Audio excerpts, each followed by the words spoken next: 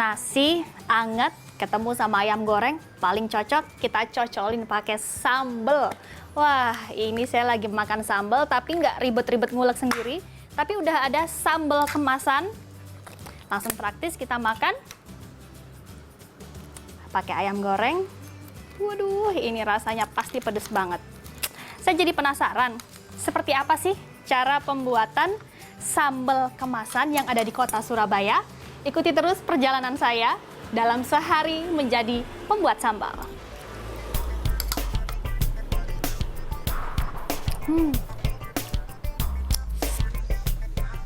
Merah, pedas, dan bikin ketagihan. Apalagi kalau bukan sambal. Sambal memang paling cocok dinikmati bersama hidangan khas Indonesia. Bahkan sekedar dimakan dengan nasi hangat saja, sambal sangat menggugah selera. Katanya sih, apapun makanannya kalau nggak pakai sambal, rasanya kurang nendang. Uniknya, cita rasa dan tingkat kepedasan sambal di tiap daerah berbeda. Sambal khas Jawa Timuran misalnya, memiliki rasa yang sangat pedas. Salah satu sambal kemasan dari Sidoarjo, Jawa Timur, sambal cuk, memiliki puluhan varian rasa sambal dari berbagai daerah.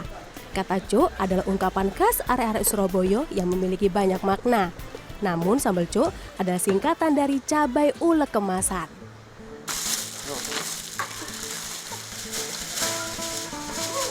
Bahan utama yang digunakan dalam pembuatan sambal adalah cabai rawit dan cabai merah. Pertama, kita bersihkan tangkai cabai satu persatu. Lalu, pisahkan cabai rawit dan cabai besar. Di dalam tumpukan cabai yang sebanyak ini, biasanya kita akan menemukan beberapa cabai yang kondisinya memang kurang begitu bagus. Ini ada yang busuk, udah berkerut seperti ini. Nah, kita harus sisihkan ke tempat yang lain. Tapi walaupun busuk, kita tetap bisa manfaatkan untuk bisa kita tanam di depan rumah dengan di halaman rumah. Ibu udah berapa lama menjadi pekerja di sini? 5 tahun lebih. Dalam sehari biasanya ibu berapa banyak cabainya yang dibersihkan, Bu? 1 kintal lebih, kita tapi rame-rame. Nggak panas tuh Bu tangannya. Lumayan karena kita sudah terbiasa. Oke, tetap semangat yuk, kita bersihkan lagi.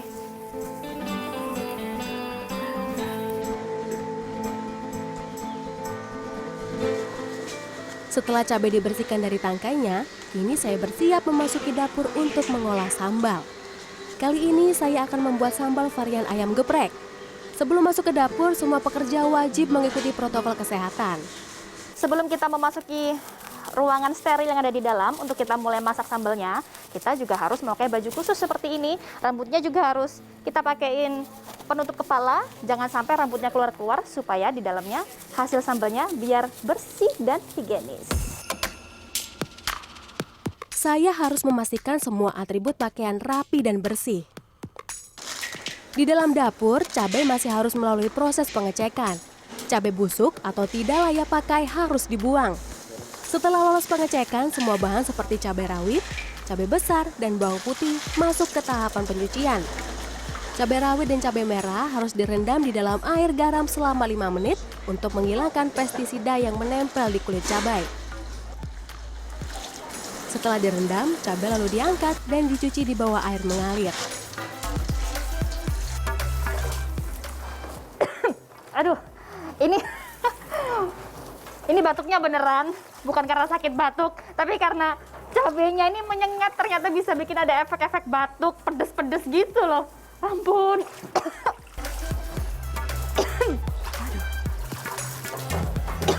Ini beneran loh.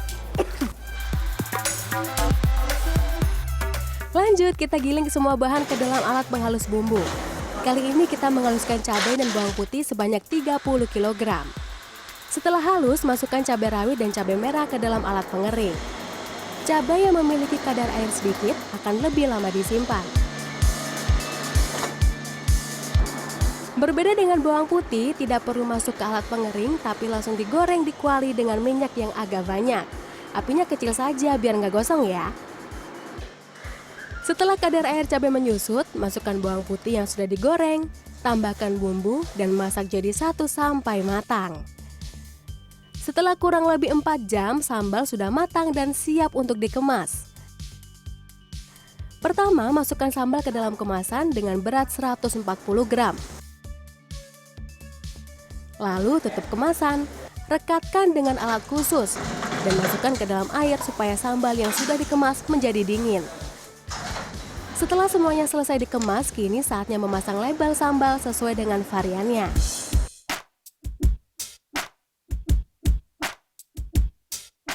Posisi penyimpanan sambal kemasan ini harus dibalik. Fungsinya supaya kita tahu ada atau tidak kebocoran sambal yang ada di dalam kemasan ini.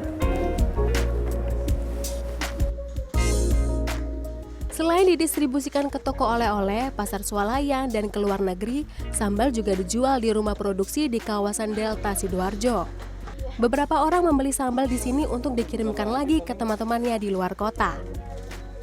Lalu awalnya saya beliin dulu, terus lama-lama kayak mereka ketagihan gitu. Jadi akhirnya teman-teman saya kan banyak yang di Jakarta, Bandung, pokoknya kayak di Bekasi juga ada. Daerah-daerah gitulah pokoknya, sampai di Lampung juga sebenarnya.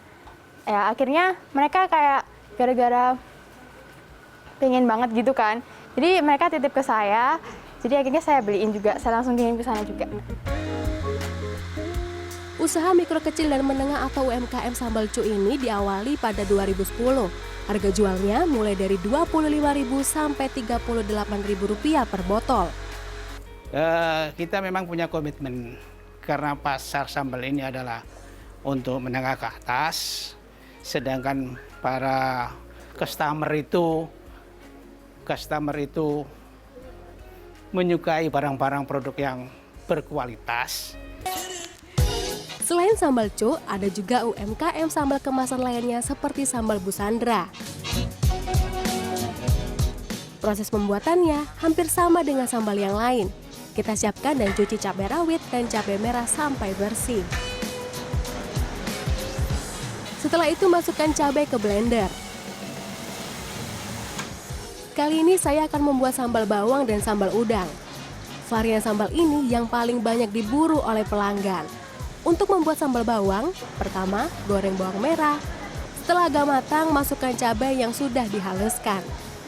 Meskipun sudah ada alat yang berputar otomatis untuk mengaduk sambalnya, tapi kita juga harus perlu nih mengaduknya secara manual karena supaya kita menghindari sambal yang gosong di paling bawah.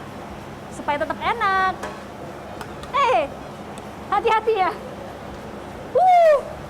Panas. Aduknya pelan-pelan ya supaya menghasilkan sambal yang matang dengan sempurna. Setelah membuang sambal yang gosong di bagian bawah wajan, tetap aduk sambalnya terus sampai matang. Setelah semuanya tercampur, kita goreng selama kurang lebih 40 menit. Dan itu juga sebagai pengawet alami ya. Jadi kita sama sekali di sini tidak memakai pengawet apapun. Jadi kita harus gorengnya 40 menit dengan rasa yang cukup panas di dapur ini. Very hot. Selain sambal bawang, ada juga sambal udang. Bahan dan cara membuatnya sama seperti sambal bawang. Hanya saja kita tambahkan udang goreng. Nah, untuk kita bikin sambal udang seperti ini, kita harus goreng udangnya sampai kering dengan ukuran udangnya nggak terlalu besar, nggak terlalu kecil, supaya kita langsung masukin aja ke minyak.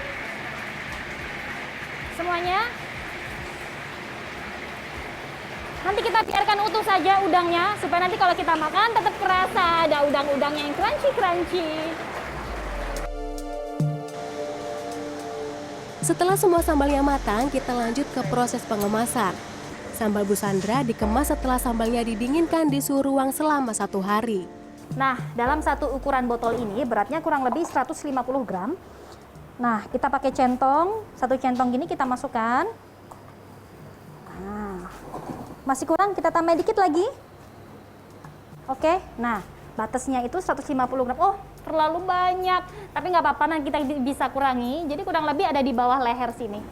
Tutup botol. Jadi kita nggak perlu lagi untuk nimbang-nimbang. Hemat waktu. Setelah dikemas, tutup botol, lalu rekatkan dengan menggunakan alat khusus. Setelah itu, buka tutup botol untuk cek kebocoran pada botol. Selanjutnya, botol kemasan saya tempel dengan stiker sesuai dengan varian rasa. Bu Sandra bersama 10 karyawannya memasak sambal dengan varian yang berbeda setiap hari. Tiap varian biasanya membutuhkan kurang lebih 15 kg cabai rawit. Awalnya saya sih coba-coba ya, terus saya coba pertama itu udang, kemudian peda, sama jambal roti. Tapi dengan berjalannya waktu, kan banyak orang yang minta varian berbeda. Jadi yang sekarang terus banyak yang minta bawang. Nah, kebetulan hari ini ada kurir yang datang mengambil pesanan untuk dijual ke pasar swalayan. Harga jual sambal Bu Sandra mulai dari Rp20.000 per botol. Aduh berat Pak, silakan dibawa Pak. Terima kasih, hati-hati Pak. Aduh, itulah tadi serangkaian kita membuat sambal beragam, berbagai macam sambal yang ada di kota Surabaya. Sekarang saya jadi lapar, saya jadi pengen untuk makan sambal. Udahan dulu deh. Untuk itu, inilah dia sehari menjadi pembuat sambal yang memang terlihatnya sederhana, tapi bikin ngos-ngosan juga.